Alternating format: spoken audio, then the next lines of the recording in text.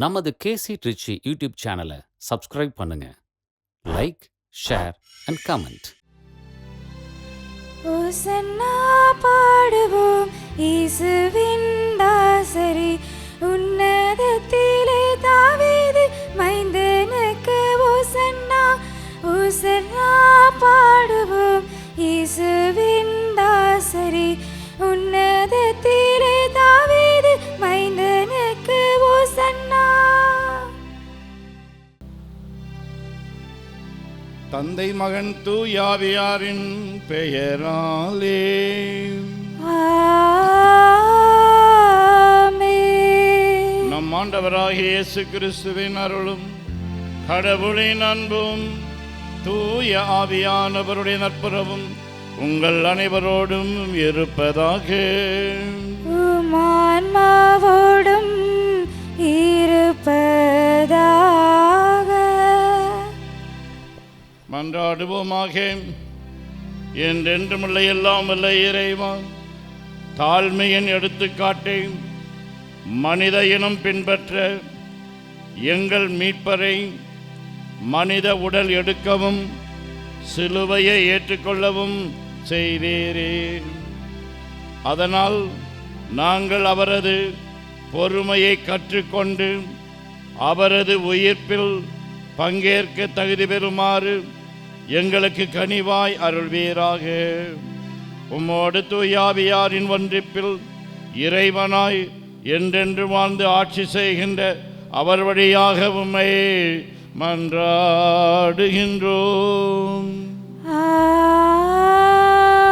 ஆமென். முதல் வாசகம். நிந்தனை செய்வோருக்கு என் முகத்தை மறைக்கவில்லை, இழிநிலை நான் அடைவதில்லை என்று அறிவேன். இறைவாக்கினர் எசாயா நூலிலிருந்து வாசகம். அதிகாரம் 50, இறை திருவசனங்கள் 4 முதல் 7 வரை. நலிந்தவனை நல்வாக்கால் ஊக்குவிக்கும் அறிவை நான் பெற்றிட ஆண்டவராகிய என் தலைவர் கற்றோனின் நாவை எனக்கு அளித்துள்ளார். காலைதோறும் அவர் என்னை தட்டி எழுப்புகின்றார். கற்போர் கேட்பது போல் நானும் செவி கொடுக்க செய்கின்றார். ஆண்டவராகிய என் தலைவர் என் செவியை திறந்துள்ளார். நான் கிளைந்தளவில்லை, விலக்கி செல்லவும் இல்லை. அடிப்போருக்கு என் முதுகையும் தாடியை பிடுங்குவோருக்கு என் தாடையையும் ஒப்புவித்தேன். நிந்தனை செய்வோருக்கு காரி உமிழ்வோருக்கும் என் முகத்தை மறைக்கவில்லை. ஆண்டவராகிய என் தலைவர் துணை நிற்கின்றார். நான் அவமானம் அடையேன். என் முகத்தை கற்பாறை ஆக்கி கொண்டேன். இழிநிலையை நான் அடைவதில்லை என்று அறிவேன். இது ஆண்டவர் வழங்கும் அருள்வாக்கு. இறைவனுக்கு நன்றி. பதிலுரை பாடல். நீங்கள் அனைவரும் பாட வேண்டிய பல்லவி. என் இறைவா, என் இறைவா, ஏன் என்னை கைவிட்டீர்? என் இறைவா, என் இறைவா, ஏன் என்னை கைவிட்டீர்? என் இறைவா, என் இறைவா, ஏன் என்னை கைவிட்டீர்?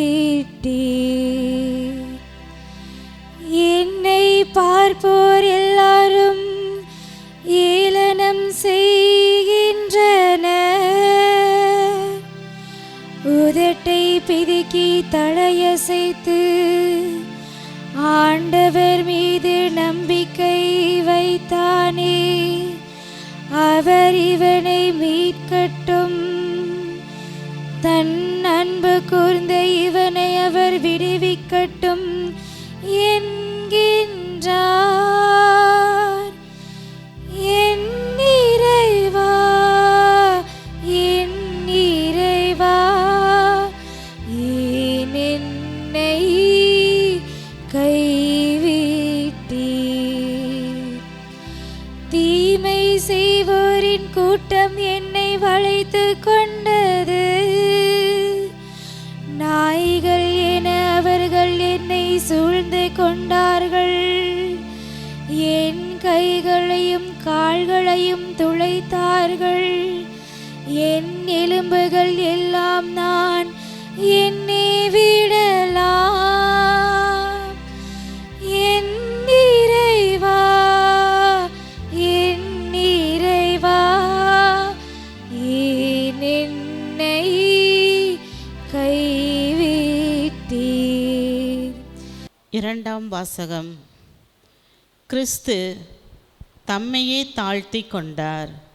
எனவே கடவுளும் கிறிஸ்துவை உயர்த்தினார். திருத்தூதர் பவுல் பிலிப்பியருக்கு எழுதிய திருமுகத்திலிருந்து வாசகம். அதிகாரம் 2, இறை திருமுத்துக்கள் 6-11 முடிய. கடவுள் வடிவில் விளங்கிய கிறிஸ்து கடவுளுக்கு இணையாயிருக்கும் நிலையை வலிந்து பற்றி கொண்டிருக்க வேண்டியதொன்றாக கருதவில்லை. ஆனால் தம்மையே வெறுமையாக்கி அடிமையின் வடிவை ஏற்று மனிதருக்கு ஒப்பானார். மனித உருவில் தோன்றி சாவை ஏற்கும் அளவுக்கு, அதுவும் சிலுவை சாவையே ஏற்கும் அளவுக்கு கீழ்ப்படிந்து தம்மையே தாழ்த்தி கொண்டார். எனவே கடவுளும் அவரை மிகவே உயர்த்தி எப்பெயருக்கும் மேலான பெயரை அவருக்கு அருளினார். ஆகவே இயேசுவின் பெயருக்கு விண்ணவர், மன்னவர், கீழுலகோர் அனைவரும் மண்டியிடுவர். கடவுளின் மாட்சிக்காக இயேசு கிறிஸ்து ஆண்டவர் என எல்லா நாவுமே அறிக்கையிடும். ஆண்டவரின் அருள்வாக்கு. இறைவனுக்கு நன்றி.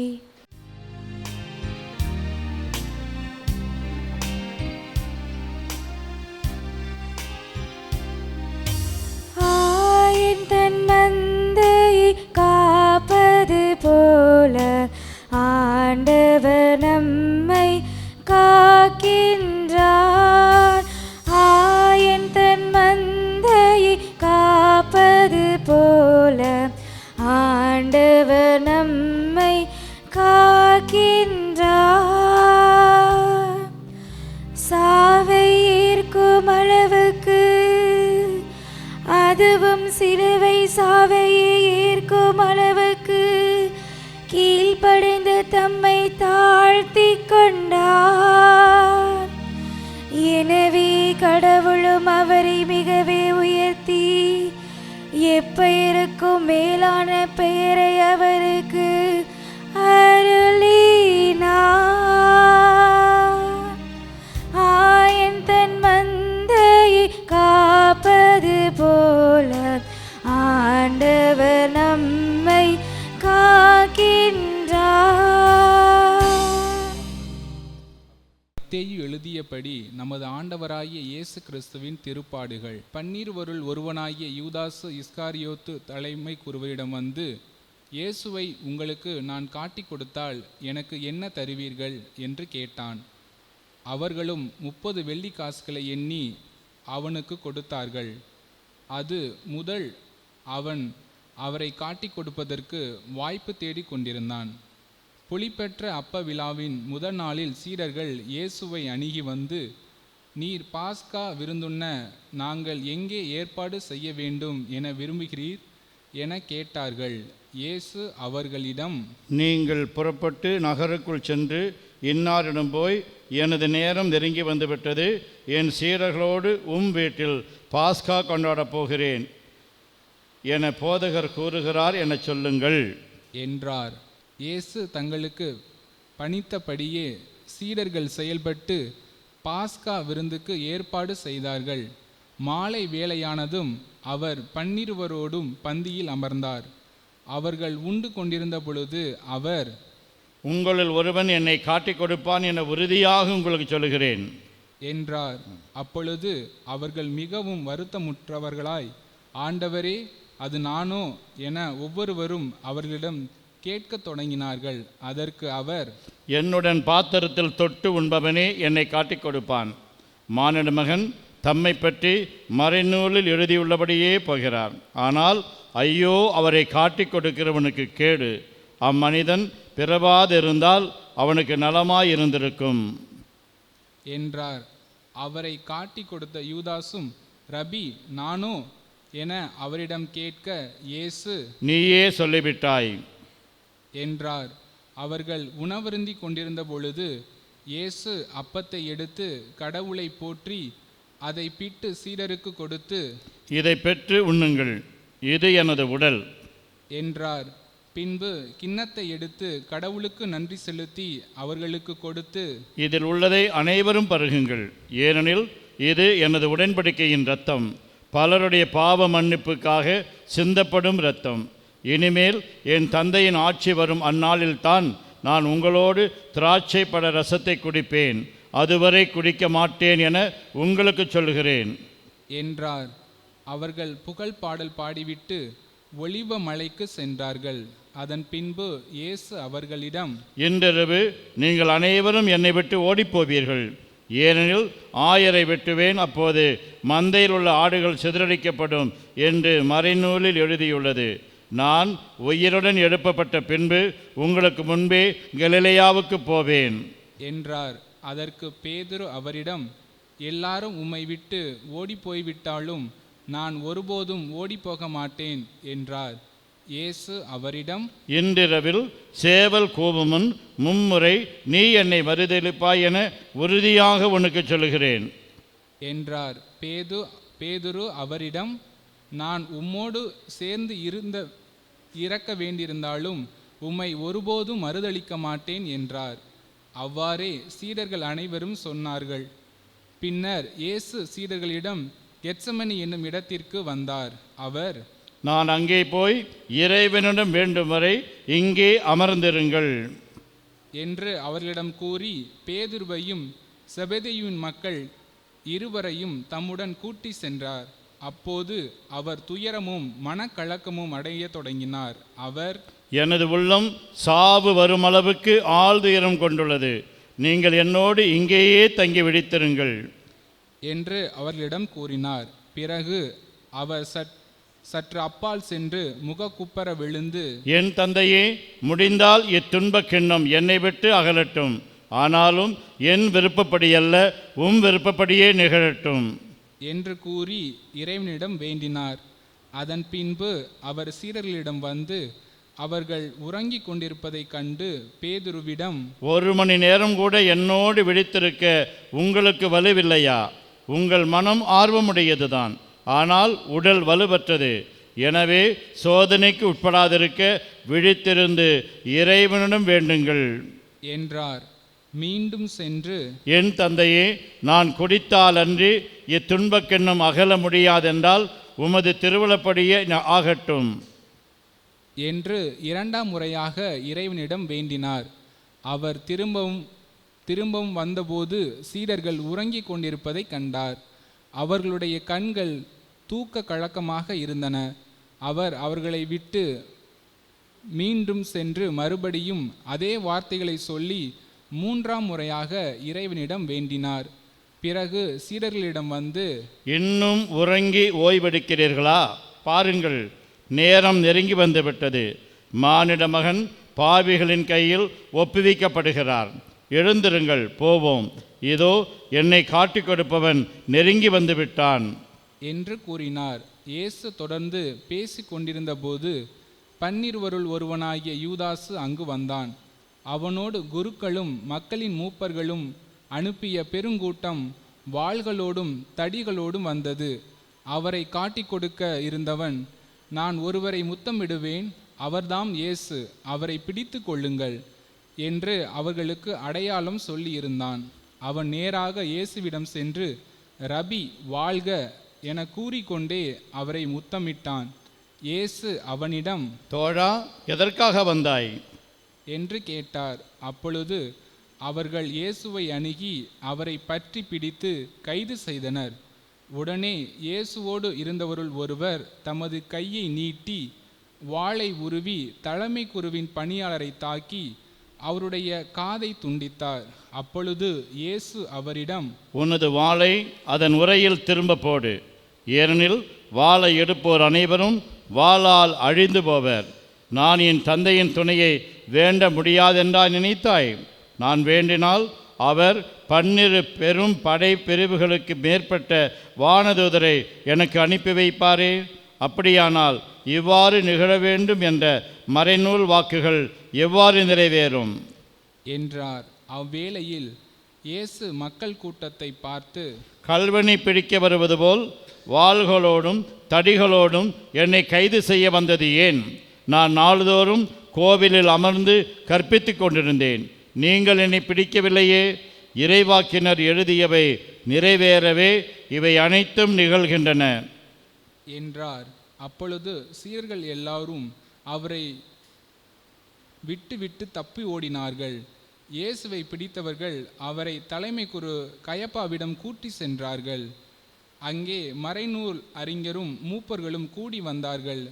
பேதுரு தொலைவில் அவரை பின்தொடர்ந்து தலைமை குருவின் வீட்டு முற்றம் வரை வந்து வழக்கின் முடிவை பற்றி தெரிந்து கொள்வதற்காக உள்ளே நுழைந்து காவலரோடு உட்கார்ந்திருந்தார். தலைமை குருக்களும் தலைமை சங்கத்தர் அனைவரும் இயேசுவுக்கு மரண தண்டனை விதிக்க அவருக்கு எதிராக பொய் சாட்சி தேடினர். பல பொய் சாட்சிகள் முன்வந்தும் ஏற்ற சாட்சி கிடைக்கவில்லை. இறுதியாக 2 முன்வந்தனர். அவர்கள், இவன் கடவுளுடைய திருக்கோவிலை இடித்து அதை 3 நாளில் கட்டி எழுப்ப என்னால் முடியும் என்று கூறினார்கள்.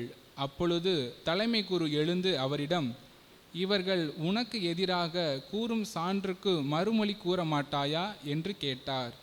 ஆனால் இயேசு பேசாதிருந்தார். மேலும் தலைமை குரு அவரிடம், நீ கடவுளின் மகனாகிய மெசியாவா? வாழும் கடவுளின் பெயரால் ஆணையிட்டு சொல்லுமாறு உன்னிடம் கேட்கின்றேன் என்றார். அதற்கு இயேசு, நீரே சொல்லுகிறேன். மானிட மகன் வல்லவராம் கடவுளின் வலப்புறத்தில் வீற்றிருப்பதையும் வான மேகங்களின் மீது வருவதையும் இது முதல் நீங்கள் காண்பீர்கள் என உங்களுக்கு சொல்லுகிறேன் என்றார். உடனே தலைமை குரு தம் மேலுடையை கிழித்து கொண்டு, இவன் கடவுளை பழித்துரைத்தான். இன்னும் நமக்கு சான்றுகள் தேவையா? இதோ இப்பொழுதோ நீங்களே பழித்துரை கேட்டீர்களோ? நீங்கள் என்ன நினைக்கிறீர்கள் என்று கேட்டார். அதற்கு அவர்கள், இவன் சாக வேண்டியவன் என பதிலளித்தார்கள். பின்பு அவர்களுடைய முகத்தில் துப்பி அவரை கையால் குத்தினார்கள். மேலும் சிலர் அவரை கன்னத்தில் அறைந்து, இறைவாக்கினர் மெசியாவே, உன்னை அடித்தது யார்? சொல் என்று கேட்டனர். பேதுரு வெளியே முற்றத்தில் உட்கார்ந்திருந்தார். பணிப்பெண் ஒருவர் அவரிடம் வந்து, நீயும் கலிலேயனாகிய இயேசுவோடு இருந்தவன் தானே என்றார். அவரோ, நீர் சொல்வது என்னவென்று எனக்கு தெரியவில்லை என்று அவர்கள் அனைவர் முன்னிலையும் மறுதளித்தார். அவர் வெளியே வாயில் அருகே சென்றபோது வேறொரு பணிப்பெண் அவரை கண்டு, இவன் நாசரேத்து இயேசுவோடு இருந்தவன் என்று அங்கிருந்தோரிடம் சொன்னார். ஆனால் பேதுரு, இம்மனிதனை எனக்கு தெரியாது என ஆணையிட்டு மீண்டும் மறுதளித்தார். சற்று நேரத்திற்கு பின் அங்கே நின்றவர்கள் பேதுருவிடம் வந்து, உண்மையாகவே நீயும் அவர்களை சேர்ந்தவதானே, ஏனெனில் உன் பேச்சே உன்னை யார் என்று காட்டிக் கொடுக்கின்றது என்று கூறினார்கள். அப்பொழுது அவர், இந்த மனிதனை எனக்கு தெரியாது என்று சொல்லி சபிக்கவும் ஆணையிடவும் தொடங்கினர். உடனே சேவல் கூவிற்று. அப்பொழுது சேவல் கூவும் முன் நீ என்னை 3 முறை மறுதளிப்பாய் என்று இயேசு கூறியதை பேதுரு நினைவு கூர்ந்து வெளியே சென்று மனம் நொந்து அழுதார். பொழுது விடிந்ததும் தலைமை குருக்கள் மக்களின் மூப்பர்கள் யாவரும் இயேசுவை கொல்ல அவருக்கு எதிராக ஆலோசனை செய்தனர். அவரை கட்டி இழுத்துச் சென்று ஆளுநன் பிலாத்திடம் ஒப்புவித்தனர்.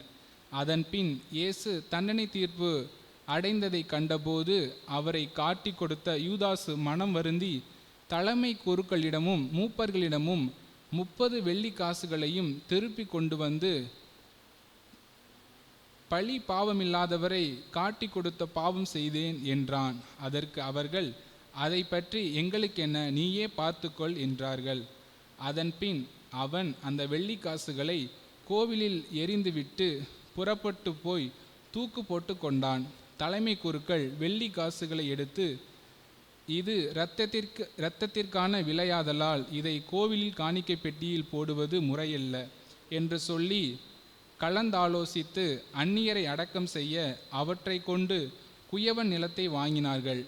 இதனால்தான் அந்த நிலம் இரத்த நிலம் என இன்று வரை அழைக்கப்படுகின்றது. இஸ்ரேல் மக்களால் விலை மதிக்கப்பட்டவருடைய விலையான 30 வெள்ளிக்காசுகளையும் கையிலெடுத்து, ஆண்டவர் எனக்கு பணித்தபடியே அதை குயவ நிலத்திற்கு கொடுத்தார்கள் என்று இறைவாக்கினர் எரேமியா உரைத்தது அப்பொழுது நிறைவேறியது. இயேசு ஆளுநன் பிலாத்து முன்னிலையில் நின்று கொண்டிருந்தார். ஆளுநன் அவரை நோக்கி, நீ யூதரின் அரசனா என்று கேட்டான். அதற்கு இயேசு, அவ்வாறு நீர் சொல்லுகிறேன் என்று கூறினார். மேலும் தலைமை குருக்களும் மூப்பர்களும் அவர் மீது குற்றம் சுமத்திய போது அவர் மறுமொழி எதுவும் கூறவில்லை. பின்பு பிலாத்து அவர்களிடம், உனக்கு எதிராக எத்தனையோ சான்றுகள் கூறுகிறார்களே, உனக்கு கேட்கவில்லையா என்றான். அவரோ ஒரு சொல் கூட அவனுக்கு மறுமொழியாக கூறவில்லை. ஆகவே ஆளுநன் மிகவும் வியப்புற்றான். மக்கள் விரும்பி கேட்கும் ஒரு கைதியை அவர்களுக்கு விழாவின் போது ஆளுநன் விடுதலை செய்வது வழக்கம். அந்நாளில் பரபா என்னும் பேர் போன கைதி ஒருவன் இருந்தான். மக்கள் ஒன்று கூடி வந்திருந்த போது பிலாத்து அவர்களிடம், நான் யாரை விடுதலை செய்ய வேண்டும் என்று விரும்புகிறீர்கள்? பரபாவையா அல்லது மெசியா என்னும் இயேசுவையா என்று கேட்டான். ஏனெனில் அவர்கள் பொறாமையால் தான் இயேசுவை தன்னிடம் ஒப்புவித்தார்கள் என்பது அவனுக்கு தெரியும். பிலாத்து நடுவர் இருக்கை மீது அமர்ந்திருந்த பொழுது அவனுடைய மனைவி அவனிடம் ஆள் அனுப்பி, அந்த நேர்மையாளரின் வழக்கில் நீர் தலையிட வேண்டாம், ஏனெனில் அவர் பொருட்டு இன்று கனவில் மிகவும் துன்புற்றேன் என்று கூறினார். ஆனால் தலைமை குருக்களும் மூப்பர்களும் பரபாவை விடுதலை செய்ய கேட்கவும் இயேசுவை தீர்த்து கட்டவும் கூட்டத்தினரை தூண்டிவிட்டார்கள்.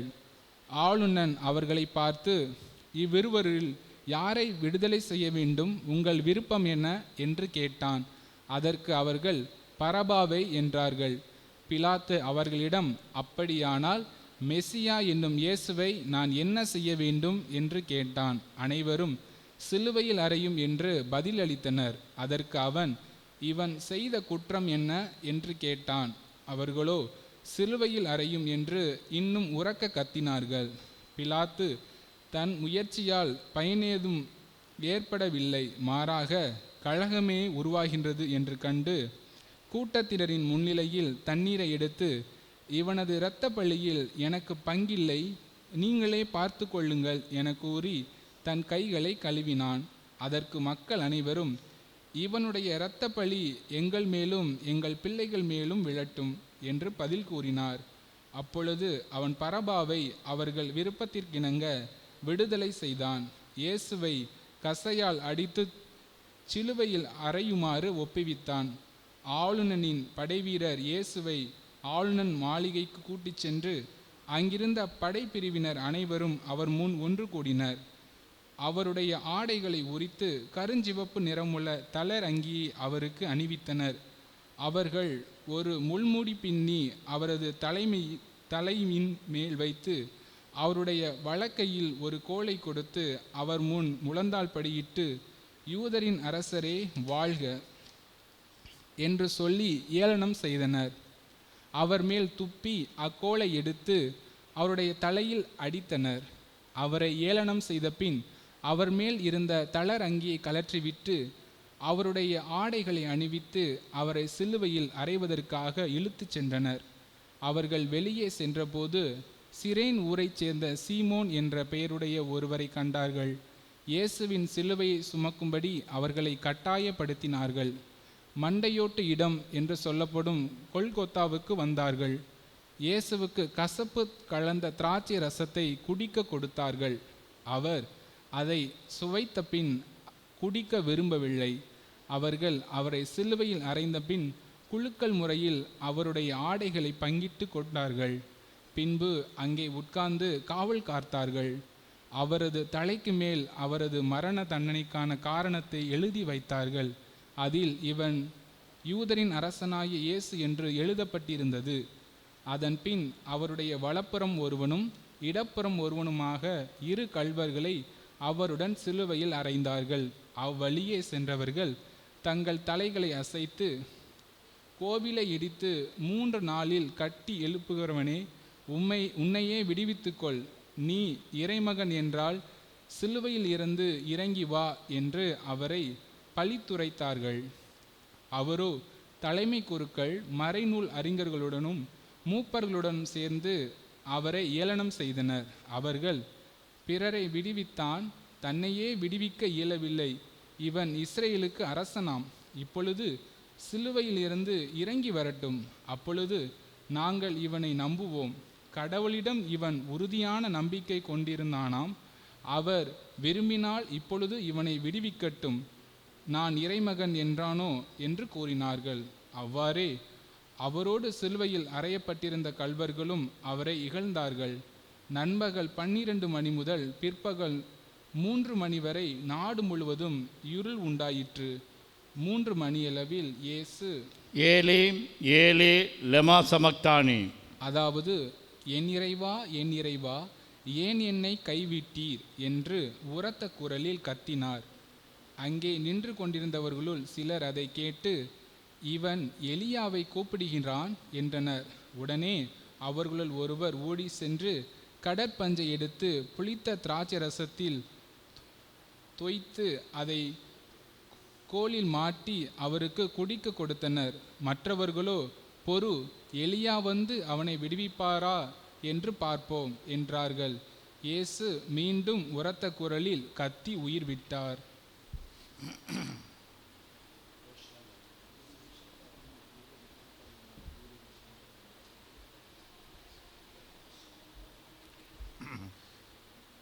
அதே நேரத்தில் திருக்கோவிலின் திரை மேலிலிருந்து கீழ் வரை 2ஆக கிழிந்தது. நிலம் நடுங்கியது, பாறைகள் பிளந்தன, கல்லறைகள் திறந்தன. இறந்த இறைமக்கள் பலரின் உடல்கள் உயிருடன் எழுப்பப்பட்டன. இயேசுவின் உயிர்த்தெழுதலுக்கு பின்பு இவர்கள் கல்லறைகளிலிருந்து வெளியே வந்து எருசலேம் திருநகருக்கு சென்று பலருக்கு தோன்றினார்கள்.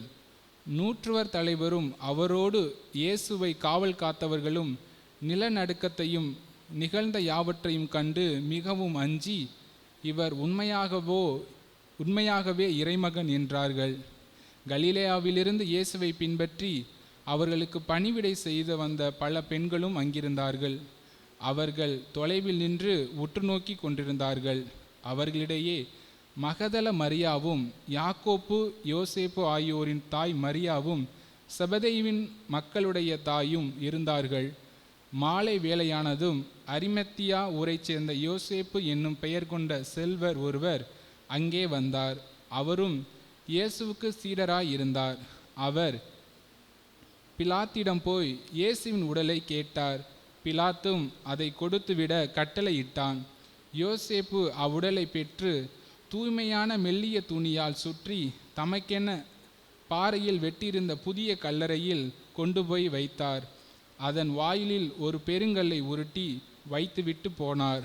அப்பொழுது மகதல மரியாவும் வேறொரு மரியாவும் அங்கே கல்லறைக்கு எதிராக உட்கார்ந்திருந்தார்கள். மறுநாள், அதாவது ஆயத்த நாளுக்கு அடுத்த நாள், தலைமை குருக்களும் பரிசேயர்களும் பிலாத்திடம் கூடி வந்தார்கள். அவர்கள், ஐயா, அந்த எத்தன் உயிருடன் இருந்த பொழுது 3 நாளுக்கு பின் நான் உயிருடன் எழுப்பப்படுவேன் என்று சொன்னது எங்களுக்கு நினைவில் இருக்கின்றது. ஆகையால் 3 நாள் வரை கல்லறை கருத்தாய் காவல் செய்ய கட்டளையிடும். இல்லையெனில் அவருடைய சீடர்கள் ஒருவேளை வந்து அவன் உடலை திருடி சென்று விட்டு இறந்த அவர் உயிருடன் எழுப்பப்பட்டார் என்று மக்களிடம் சொல்ல நேரிடும். அப்பொழுது முந்தின ஏமாற்ற வேலையை விட பிந்தினது மிகுந்த கேடு விளைவிக்கும் என்றார். அதற்கு பிலாத்து அவர்களிடம், உங்களிடம் காவல் வீரர்கள் இருக்கிறார்கள், நீங்களே போய் உங்களுக்கு தெரிந்தபடி கருத்தாய் காவல் செய்யுங்கள் என்றார். அவர்கள் போய் கல்லறை மூடியிருந்த கல்லுக்கு முத்திரையிட்டு காவல் வீரரை கொண்டு கருத்தாய் காவல் செய்ய ஏற்பாடு செய்தார்கள்.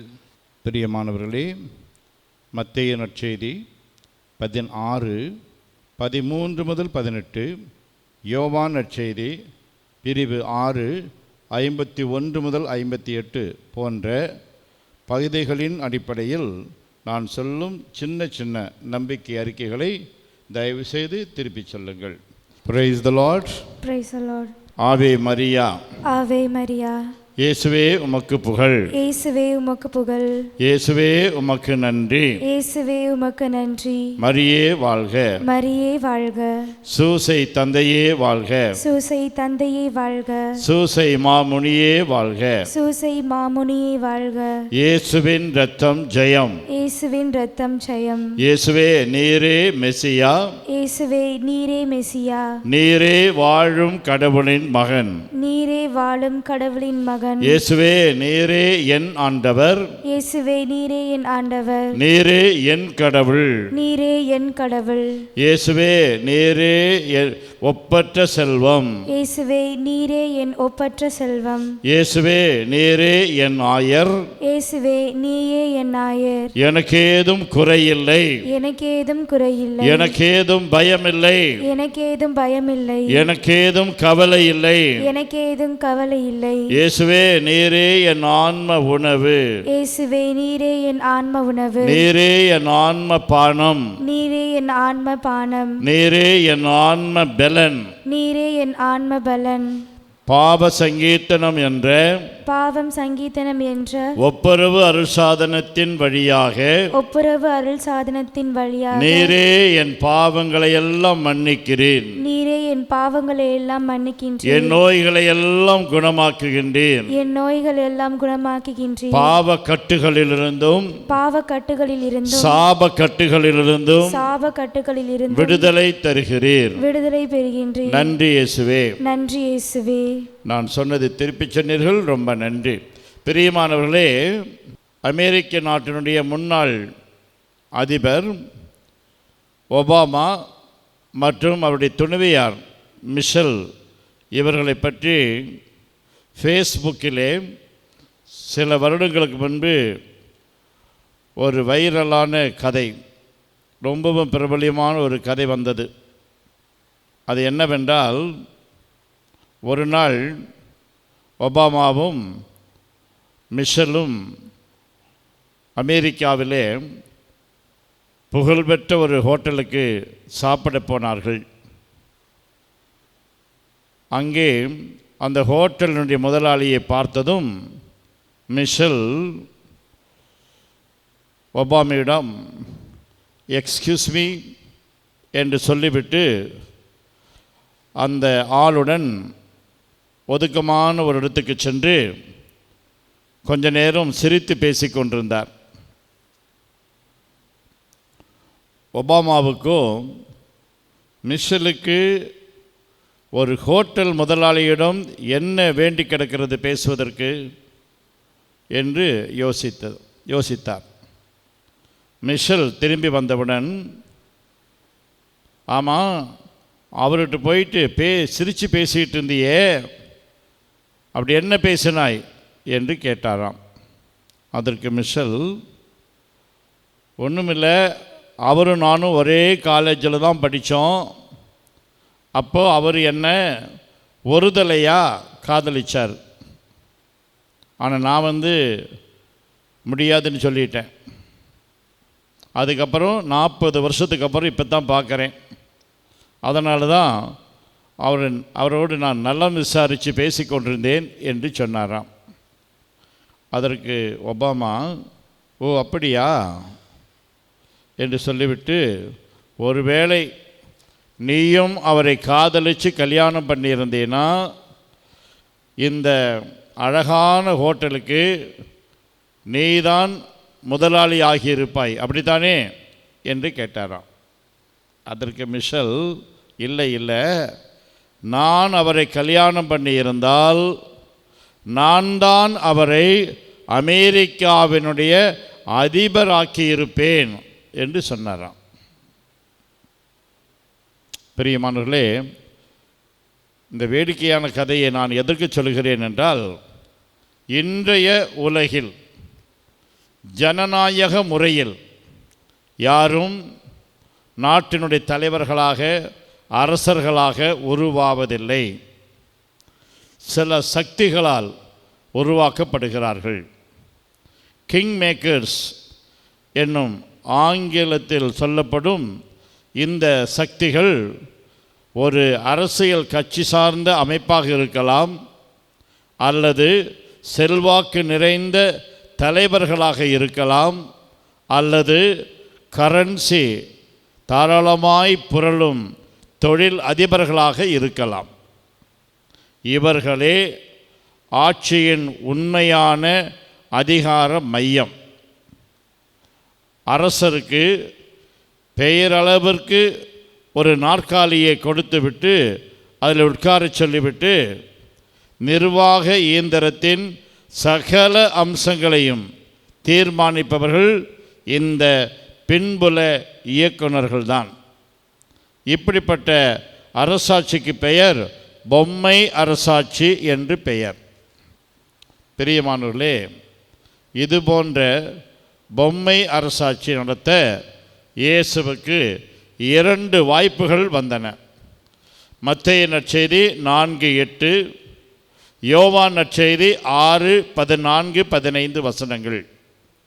மத்தேயு 4:8 சாத்தான் இயேசுவை ஒரு உயர்ந்த மலைக்கு கூட்டிக் கொண்டு போய் உலக அரசுகள் அனைத்தையும் ஒரு சேட்டலைட் பார்வையில் காட்டி, நீர் நெடுஞ்சான் கடையாய் விழுந்து என்னை வணங்கினால் இவை அனைத்தையும் உமக்கு தருவேன் என்று சொன்னது.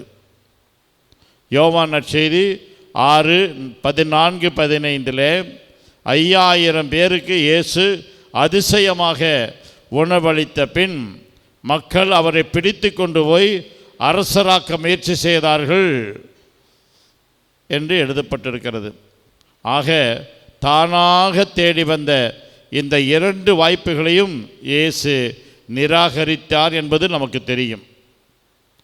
தன்னை அரசனாக்குவதாக சொன்ன சாத்தானை பார்த்து, சீ சாத்தானே அப்பாலே போ என்று சொல்லி துரத்தியவர், தனக்கு பலவந்தமாக மகுடம் சூட்ட முயன்ற கும்பலிடமிருந்து தப்பிச் சென்றவர், குருத்தோலை ஞாயிறாகிய இன்று தானே ஒரு கழுதையின் மேல் ஏறி ரோடு ஷோ வந்து நான் தான் உங்கள் அரசன் என்று ஏறக்குறைய 1,00,000க்கு மேல் ஜெருசலேமில் கூடியிருந்த மக்களுக்கு அறிவிக்கிறார். இயேசுவின் இந்த ஆரவாரமான நகர்வலம் அல்லது ரோடு ஷோ 4 நற்செய்தி நூல்களிலும் இடம்பெறுகிறது. இதை கடவுளின் வீதி நாடகம் என்று விவிலிய அறிஞர்களும் இறையியல் வல்லுநர்களும் அழைக்கின்றார்கள். கடவுளின் இந்த நகர்வலம் எதேச்சையாக நடக்கவில்லை.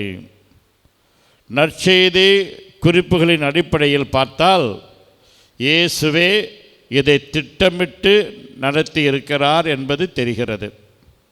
பிரியமானவர்களே, இயேசுவின் பவனி வாகனம் ஒரு கழுதை என்பது நமக்கெல்லாம் தெரியும். ஏன் கழுதை? கழுதை இயேசுவின் மாறுபட்ட அரசத்துவத்தை குறியீடாக நின்று உணர்த்துகிறது. மாறுபட்ட அரசத்துவத்தை குறியீடாக நின்று கழுதை உணர்த்துகிறது. செக்கரியாவின் புத்தகம் 9:9 மத்தேயு நற்செய்தியிலே மத்தேயு 21:5 மத்தேயு பின்வருமாறு கூறுகிறார். சக்கரியா 9:9 மேற்கோள் காட்டி மத்தேயு இவ்வாறு எழுதுகிறார். இதோ உன் அரசர் உன்னிடம் வருகிறார், அவர் எளிமை உள்ளவர், கழுதையின் மேல் ஏறி வருகிறார், கழுதை குட்டியாகிய மரியின் மேல் அமர்ந்து வருகிறார் என்று சக்கரியாவின் புத்தகம் 9:9 மத்தேயு 21:5 குறிப்பிடுகிறார். ஆனால் மத்தேயு குறிப்பிடாமல் விட்டு அதற்கு அடுத்த வசனம் சக்கரியா 9:10 இவ்வாறு கூறுகிறது. அவர் எப்ராயிமில் தேர்ப்படை இல்லாமல் போகச் செய்வார், எருசலேமில் குதிரைப்படையை அறவே ஒழித்து விடுவார், போர்க்கருவியான வில்லும் ஒடிந்து போகும், வேற்றினத்தாருக்கு அமைதியை அறிவிப்பார் என்று சக்கரியா 9:10 கூறுகிறது. பிரியமானவர்களே, கழுதையில் பவனி வரும் இயேசு உணர்த்துகிற செய்தி என்ன? மக்கள் நினைத்த மாதிரி தான் ஒரு தளபதி மெஸ்ஸியா, அதாவது வாரியர் மெஸ்ஸாயா கிடையாது. அவர் அமைதியின் அரசர். கூட்டம், முழக்கம், குருத்தோலை போன்ற ஆடம்பரங்களுக்கு மத்தியில் இயேசுவின் பவனி வாகனமான கழுதை அவருடைய எளிய அரச மகத்துவத்தை மிக அமைதியாக சொல்லி செல்கிறது. அரசன் எவ்வழியோ மக்கள் அவ்வழி என்பார்கள். நம் அரசர் தாம் அமைதியின் அரசர் என்பதை குருத்து ஞாயிறு என்று சொல்லிவிட்டார். நாமும் அசிசி நகர் புனித பிரான்சிஸின் அமைதிக்கான ஜெபத்தை உருக்கமாக ஜெபித்து அமைதியின் தூதுவர்களாக வாழ்வதற்கான வரத்தை இந்த திருப்பலியிலே கேட்போம். இப்பொழுது நாம் அனைவரும் எழுந்து நின்று நம்பிக்கை அறிக்கையை பாடலாக பாடுவோம்.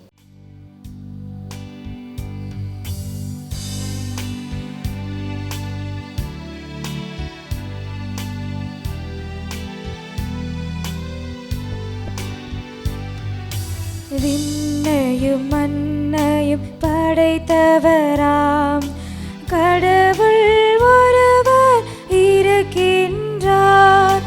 தந்தை மகன் தூய ஆவியராய் ஒன்றாய் வாழ்வாரை நம்புகிறேன். தூய ஆவியின் வல்லமையால் இறை மகன் நமக்காய் மனிதரானார்.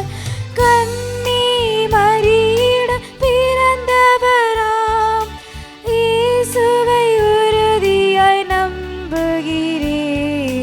தாத்துவின் ஆட்சியில் பாடுபட்டார். சிலுவையில் இறந்து அடக்கப்பட்டார். மூன்றாம் நாளில் உயிர் தெழுந்தார். இறப்பின் மீதே வெற்றி கொண்டார். விண்ணகம் வாழும் தந்தையிடம் அரியணை கொண்டு இருக்கின்றார். உலகம் முடியும் காலத்திலே நடுவராய் திரும்பவும் வந்திடுவார். தூய ஆவியாரை நம்புகிறேன். பாரினில் அவர் துணை வேண்டுகிறேன். பாவ மன்னிப்பு தூய்மை பெற்று பரிகார வாழ்வில் நிலைத்திடுவேன். திரு அவை உரைப்பதை நம்புகிறேன். புனிதர்கள் உறவை நம்புகிறேன். உடலின் உயிர்ப்பை நிலை வாழ்வை உறுதியுடனே நம்புகிறேன். ஆம் ஆம்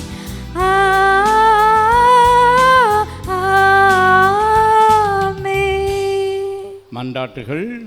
அருட்பெருக்கின் நாயகனே எம் இறைவா, திருத்தந்தை அவரோடு இணைந்து உடன் உழைக்கும் அனைத்து ஆயர்கள், குருக்கள், துறவியர், பொதுநிலையினர் ஆகிய அனைவரும் உயிர்ப்பின் மாட்சிமையால் பலனளிக்க கூடியவர்களாக தொடர்ந்து பணி செய்திட இயேசுவே ஆண்டவர் எம் முழக்கமிட தேவையான இறை அருளை பொழிந்திட வேண்டுமென்று இறைவா உம்மை மன்றாடுகின்றோம். எல்லாம் வல்ல இறைவா எங்கள் மன்றாட்டை கேட்டருளும்.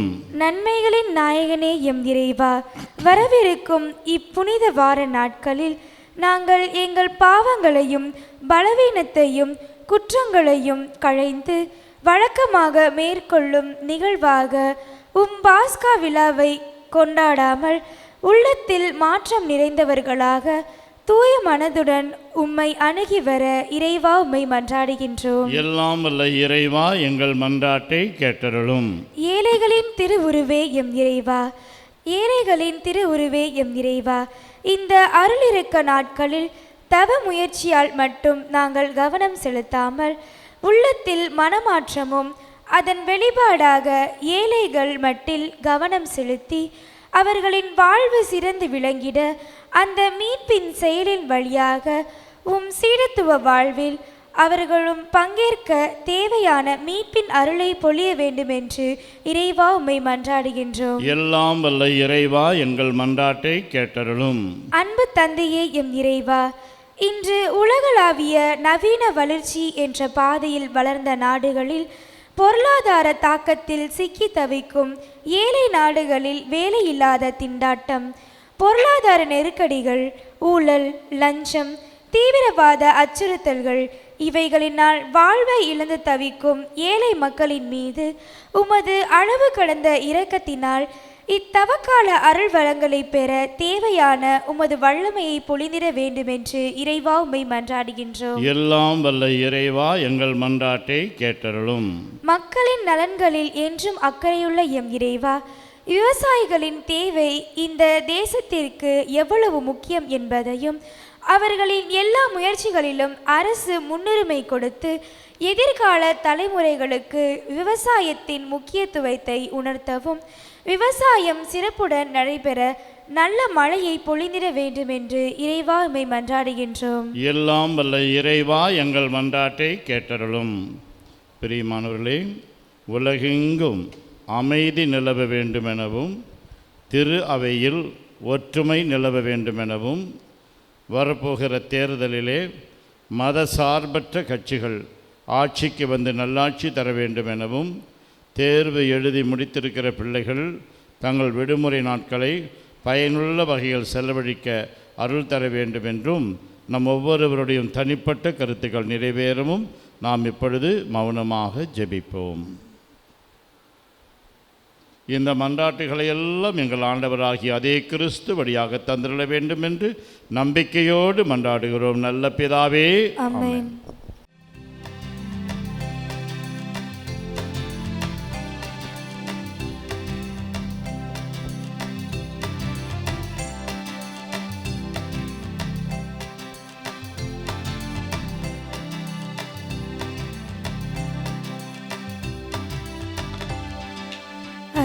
பனமலராய் வந்தேன், அர்ச்சனையாக்கினேன் என்னை. பனமலராய் வந்தேன், அர்ச்சனையாக்கினேன் என்னை. மனமில்லாத மலரானாலும் இதழ் வாடி போனாலும், மனமில்லாத மலரானாலும் இதழ் வாடி போனாலும் வேள்வியில் சேர்த்து கொள்வார், அந்த ஜோதியில் நிறைவு கொள்வேன். வேள்வியில் சேர்த்து கொள்வார், அந்த ஜோதியில் நிறைவு கொள்வேன்.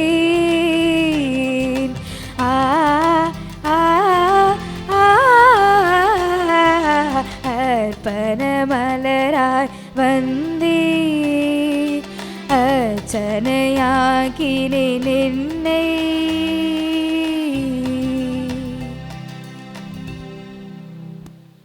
சகோதர சகோதரிகளே, என்னுடையதும் உங்களுடையதுமான இப்பலி எல்லாம் வல்ல தந்தையாகிய கடவுளுக்கு ஏற்றதாகும்படி மன்றாடுங்கள். ஆண்டவர் தமது பேரின் புகழ்ச்சிக்காகவும் மாட்சிக்காகவும் நமது நன்மைக்காகவும் புனித திரு அவையின் அனைத்து நலன்களுக்காகவும் உமது கைந்திருப்பள்ளியை ஏற்றுக்கொள்வாராக.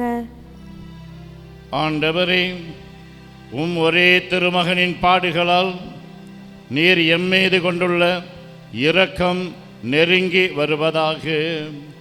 எங்கள் செயல்களால் தகுதியற்றவர்கள் ஆயினும் இந்த ஒரே பலியின் ஆற்றலால் உமது இரக்கத்தை முன்கூட்டியே நாங்கள் கண்டுணர்வோமாக. எங்கள் ஆண்டவராகிய அதே கிறிஸ்து வழியாக உம்மை மன்றாடுகின்றோம். ஆண்டவர் உங்களோடு இருப்பாராக. உம் ஆன்மாவோடும் இருப்பாராக. இதயங்களை மேலே எழுப்புங்கள், ஆண்டவரிடம் எழுப்பியுள்ளோ. நம் இறைவனாகிய ஆண்டவருக்கு நன்றி கூறுவோம். அது தகுதியும் நீதியும் ஆனதே. ஆண்டவரே, தூயவரான தந்தையே, என்றுமுள்ள எல்லாம் வல்ல இறைவாம், எங்கள் ஆண்டவராகிய கிறிஸ்து வழியாக எந்நாளும் எவ்விடத்திலும் நாங்கள் உமக்கு நன்றி செலுத்துவது மெய்யாகவே தகுதியும் நீதியுமாகும், எங்கள் கடமையும் மீட்புக்குரிய செயலுமாகும். மாசற்ற கிறிஸ்து பாவிகளுக்காக பாடுபடவும் தீயோரின் மீட்புக்காக அநீதியாக தீர்ப்பிடப்படவும் திருவுளமானார். அவரது இறப்பு எங்கள் பாவங்களை போக்கியது, அவரது உயிர்த்தெழுதல் எங்களை உமக்கு ஏற்புடையவர்கள் ஆக்கியது. ஆகவே நாங்கள் வானதூதர் அனைவரோடும் சேர்ந்து உம்மை புகழ்ந்து போற்றி அக்களித்து கொண்டாடி ஆர்ப்பரித்து பாடுவதாவது: தூயவர் தூயவர் தூயவர், வான்படைகளின் கடவுளாம் ஆண்டவர். விண்ணகமும் மண்ணகமும் உமது மாட்சியால் நிறைந்துள்ளன. உன்னதங்களிலே ஓசன்னா, உன்னதங்களிலே ஓசன்னா. ஆண்டவர் பெயரால் வருகிறவர் ஆசி பெற்றவர். உன்னதங்களிலே ஓசன்னா, உன்னதங்களிலே ஓசன்னா.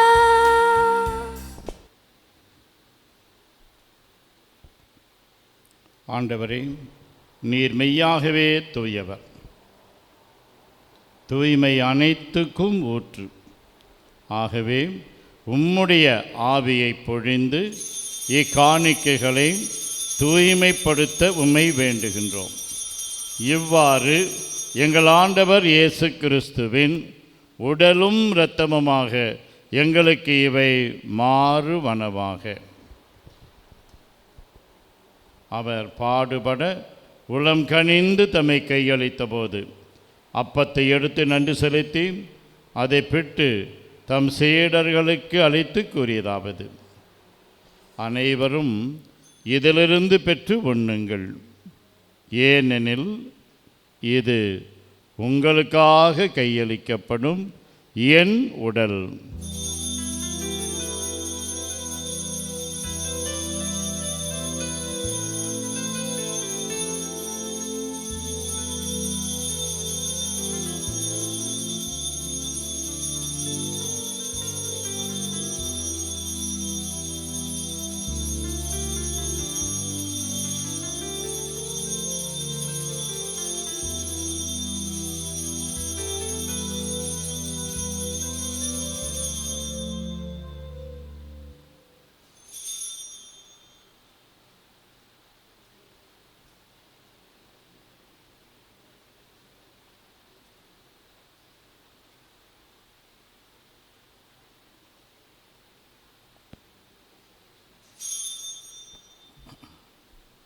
அவனமே இரவு விருந்தை அருந்திய பின் கிண்ணத்தையும் எடுத்து மீண்டும் உமக்கு நன்றி கூறி தம் சீடர்களுக்கு அளித்து அவர் கூறியதாவது: அனைவரும் இதிலிருந்து பெற்று பருகுங்கள், ஏனெனில் இது புதிய நிலையான உடன்படிக்கைக்கு உரிய என் இரத்தத்தின் கிண்ணம்.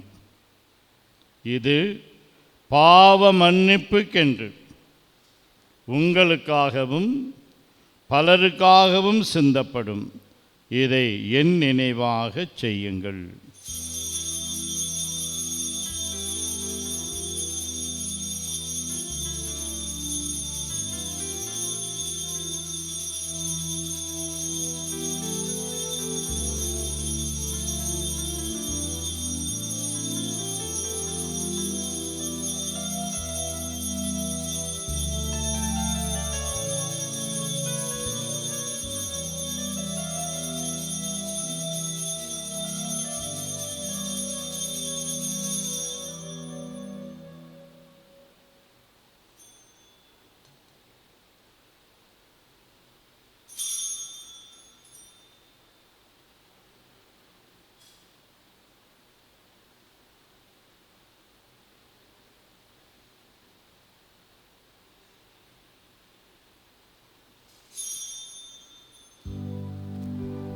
நம்பிக்கையின் மறைபொருள். ஆண்டவரே நீ வருமளவும் உமது இறப்பினை அறிக்கையிடுகின்றோம், உமது உயிர்ப்பினையும் எடுத்துரைக்கின்றோம். ஆகவே ஆண்டவரே, நாங்கள் கிறிஸ்துவின் இறப்பினையும் உயிர்ப்பினையும் நினைவு கூர்ந்து வாழ்வு தரும் அப்பத்தையும் மீட்பளிக்கும் கிண்ணத்தையும் உமக்கு ஒப்புக் கொடுக்கின்றோம்.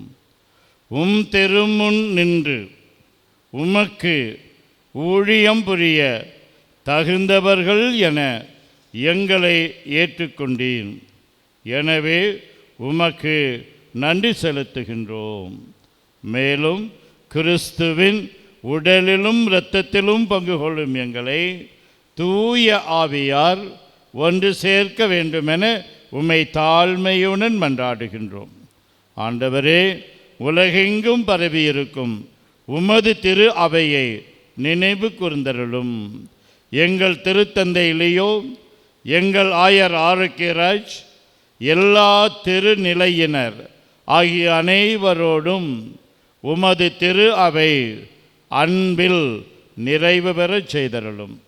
மேலும் உயிர்த்தெழும் எதிர்நோக்குடன் துயில் கொள்ளும் எங்கள் சகோதரர் சகோதரிகளையும் இறந்தோர் அனைவரையும் இரக்கத்துடன் நினைவு கூர்ந்து உமது திருமுக ஒளியினுள் ஏற்றருளும். எங்கள் அனைவர் மீதும் இரக்கமாயிரும். கடவுளின் கன்னித்தாயான புனித மரியாம், அவருடைய கணவரான புனித யோசேப்பு, புனித திருத்தூதர்கள், இவ்வுலகில் உமக்கு உகந்தவராய் இருந்தோர் ஆகிய புனிதர் அனைவருடனும் நாங்கள் நிலைவாழ்வில் பங்கு கொள்ளும் தகுதி பெற்று திருமகன் இயேசு கிறிஸ்து வழியாக உம்மை புகழ்ந்தேத்தும் வரமருள உம்மை மன்றாடுகின்றோம்.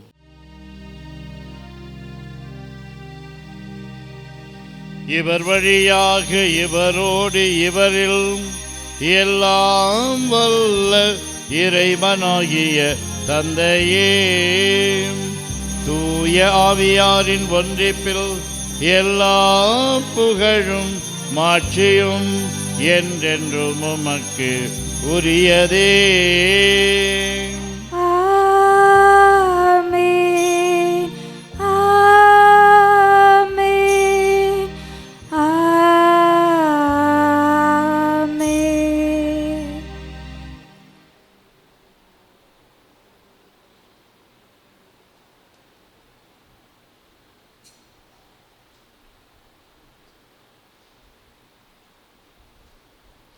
மீட்பரின் கட்டளையால் கற்பிக்கப்பட்டு இறை படிப்பினையால் பயிற்சி பெற்ற நாம் துணிந்து சொல்வோம்.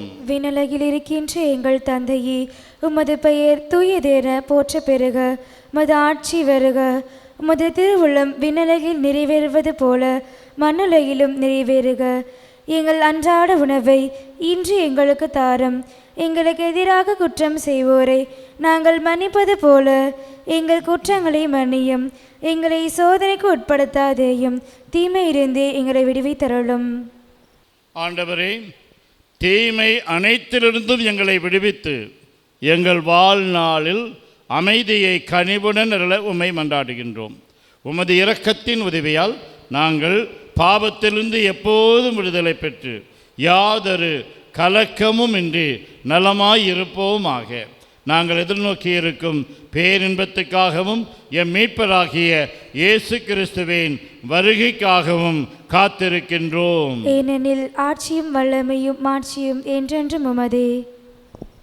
ஆண்டவரே இயேசு கிறிஸ்துவே, அமைதியை உங்களுக்கு விட்டு செல்கின்றேன், என் அமைதியையே உங்களுக்கு அளிக்கின்றேன் என்று உம் திரு தூதர்களுக்கு மொழிந்தீரே.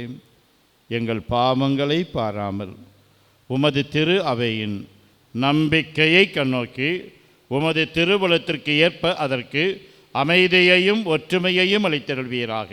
என்றென்றும் வாழ்ந்து ஆட்சி செய்கின்றவர் நீரே. ஆமென். ஆண்டவருடைய அமைதி உங்களோடு என்றும் இருப்பதாக. உம் ஆன்மாவோடும் இருப்பதாக. ஒருவருக்கு ஒருவர் அமைதியை பகிர்ந்து கொள்வோம். அமைதி, அமைதி, அமைதி. நம் ஆண்டவர் இயேசு கிறிஸ்துவின் திரு உடலும் திரு இரத்தமும் இங்கு ஒன்றாய் கலந்து இதை உட்கொள்ளும் நமக்கு நிலை வாழ்வு அளிப்பதாக. உலகின் பாவங்களை போக்கும் இறைவனின் செமரியே எம்மேல் இரக்கம் வையும். உலகின் பாவம் போக்கும் இறைவனின் செமரியே எம்மேல் இரக்கம் வையும். உலகின் பாவம் போக்கும் இறைவனின் செமரியே எமக்கு அமைதி அருளும். ஆண்டவரே இயேசு கிறிஸ்துவே, நாங்கள் உட்கொள்ளும் உம் திரு உடலும் திரு இரத்தமும் எங்களை நீதி தீர்ப்புக்கும் தண்டனைக்கும் உள்ளாக்காமல் உமது பரிவிரக்கத்தால் எங்கள் மனதுக்கும் உடலுக்கும் பாதுகாப்பாகவும் நலம் அளிக்கும் அருமருந்தாகவும் இருப்பனவாக. நாங்கள் ஒருபோதும் பாவம் செய்து உம்மை விட்டு பிரியப்படாதேயும்.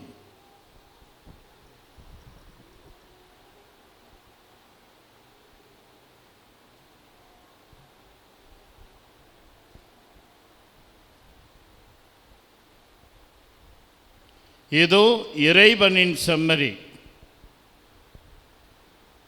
இவரே உலகின் பாவங்களை போக்குபவர். செம்மறியின் விருந்துக்கு அழைக்க பெற்றோர் பேறு பெற்றோர். ஆண்டவரே, நீரினத்தில் எழுந்தருள வர நான் தகுதியற்றவள். ஆனால் ஒரு வார்த்தை மட்டும் சொல்லியருளும், எனது ஆன்மா நலமடையும். கிறிஸ்துவின் திருவுடலும் திரு இரத்தமும் நம்மை காத்து நிலை வாழ்வு அளிப்பதாக. ஆசை திருவிருந்துக்கான மன்றாட்டு. ஆண்டவரே, நீர் என் இல்லத்தில் எழுந்தருள நான் தகுதியற்றவன். ஆனால் ஒரு வார்த்தை மட்டும் சொல்லியருளும் என்று நூற்றுவர் தலைவன் ஜெபித்தது போல நாங்களும் இப்போது உம் திருப்பாதம் பணிந்து வேண்டுகிறோம். இனிய இயேசுவே, நாங்கள் தகுதியற்றவர்களாய் இருந்தாலும் எங்கள் தகுதியின்மையை பாராமல் நீர் எங்கள் உள்ளங்களில் எழுந்து வாரும். உம் அன்பிலும் அருளிலும் நாங்கள் நிலைத்திருக்க எம்முள் எழுந்து வாரும். உம் பிள்ளைகளாக உயிருள்ள உண்மை சாட்சிகளாக உமது நற்செய்தின்படி வாழ்பவர்களாக எங்களை உருமாற்ற வாரும். தந்தையின் திருவுளப்படி வாழ்ந்திட எங்களுக்கு துணை புரிந்திட வாரும். நன்மை செய்வதில் ஆர்வமுள்ளவர்களாய் தீமைகள் அனைத்திலிருந்தும் விடுதலை பெற்றவர்களாய் வாழவும் எங்களை வழிநடத்த வாரும். எல்லா நலன்களும் வளங்களும் எங்களை நிரப்ப வாரும். ஆமேன். சமாதானத்தின் ஜெபம். இறைவா, என்னை உமது சமாதானத்தின் கருவியாக்கும். எங்கு பகைமை நிறைந்துள்ளதோ அங்கு அன்பையும், எங்கு கயமை நிறைந்துள்ளதோ அங்கு மன்னிப்பையும், எங்கு ஐயம் நிறைந்துள்ளதோ அங்கு விசுவாசத்தையும், எங்கு அவநம்பிக்கை நிறைந்துள்ளதோ அங்கு நம்பிக்கையையும், எங்கு இருள் சூழ்ந்துள்ளதோ அங்கு ஒளியையும், எங்கு மனக்கவலை நிறைந்துள்ளதோ அங்கு அகமகிழ்வையும் விதைத்திட அருள் புரியும். என் இறைவா, ஆறுதல் பெறுவதை விட ஆறுதல் அளிக்கவும், புரிந்து கொள்ளப்படுவதை விட பிறரை புரிந்து கொள்ளவும், அன்பு செய்வப்படுவதை விட பிறரை அன்பு செய்யும் வரமருள்வாய். ஏனெனில் கொடுப்பதில் யாம் பெறும், மன்னிப்பதில் மன்னிக்க பெறுவோம், இறப்பதில் நித்திய வாழ்வடைவோம். ஆமென். ஆண்டவரே, நாங்கள் உட்கொண்ட திருவுணவை தூய உள்ளத்தோடு பெற்றுக்கொள்வோமாக. இவ்வாழ்வில் நாங்கள் பெற்றுக்கொண்ட இக்கொடை நிலை வாழ்வு அளிக்கும் அருமருந்தாகிட அருள் புரியும். மன்றாடுவோமாக. ஆண்டவரே, புனித கொடைகளால் நிறைவு பெற்ற நாங்கள் உம்மை பணிவுடன் வேண்டுகின்றோம். அதனால் நாங்கள் நம்புவதை உம் திருமகனின் இறப்பினால் எதிர்நோக்கி இருக்கச் செய்த நீர், நாங்கள் நாடுவதை அவரது உயிர்ப்பினால் வந்தடைய செய்வீராக. எங்கள் ஆண்டவராகிய அதே கிறிஸ்து வழியாக உம்மை மன்றாடுகிறோம். ஆண்டவர் உங்களோடு இருப்பாராக. ஆன்மாவோடும் இருப்பாராக. ஆண்டவரே, உம்முடைய இந்த குடும்பத்துக்காக எங்கள் ஆண்டவர் இயேசு கிறிஸ்து துன்புறுத்துவோருக்கு தம்மை கையளிக்கவும் சிலுவையின் கொடுமையை தாங்கிக் கொள்ளவும் தயங்கவில்லை. நீர் இக்குடும்பத்தை கண்ணோக்கி அருள் புரிவீராக. என்றென்று வாழ்ந்து ஆட்சி செய்கின்ற அவர் வழியாக உம்மை மன்றாடுகின்றோம்.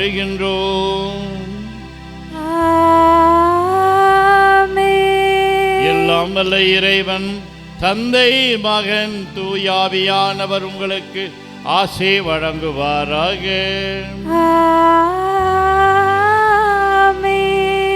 அமைதியின் அரசராகிய இயேசு கிறிஸ்துவையும் அமைதிக்காக ஜெபித்த புனித அசிசியாரையும் பின்பற்றி வாழ சென்று வாருங்கள். திருப்பலி நிறைவேறிற்று. இறைவனுக்கு நன்றி.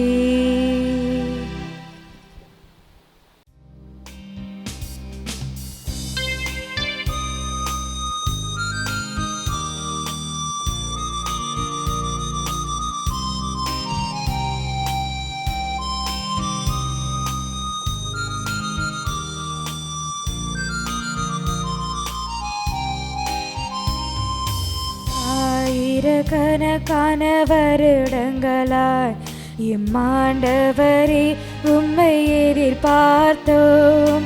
இஸ்ராயேல் ஜனங்களை ஆளவரும் எம் இயேசு இரட்சகரை எழுந்தருள்வீர். ஓசானா தாவீதின் புதல்வா. ஓசானா ஓசானா ஓசானா ஓசானா தாவீதின் புதல்வா. ஓசானா ஓசானா ஓசானா மாமரி வயிற்றினில் பிறந்தவரே, மாமுனி சூசை கரங்களில் வளர்ந்தவரே, மானிட குலத்தினில் உதித்தவரே, எம் மன்னவரே எழுந்தருள்வீரே. ஓசானா தாவீதின் புதல்வா. ஓசானா ஓசானா ஓசானா ஓசானா தாவீதின் புதல்வா. ஓசானா ஓசானா ஓசானா.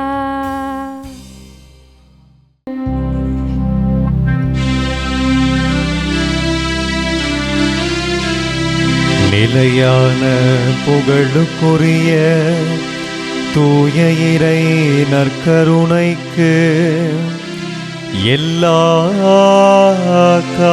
காலமும் ஆராதனையும் புகழும் போற்றியும் மாட்சிமையும் உண்டாக கடவது.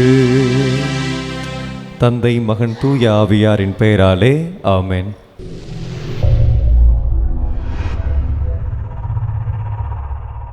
நமது கேசி ட்ரிச்சி யூடியூப் சேனலை சப்ஸ்கிரைப் பண்ணுங்க. Like, share and comment.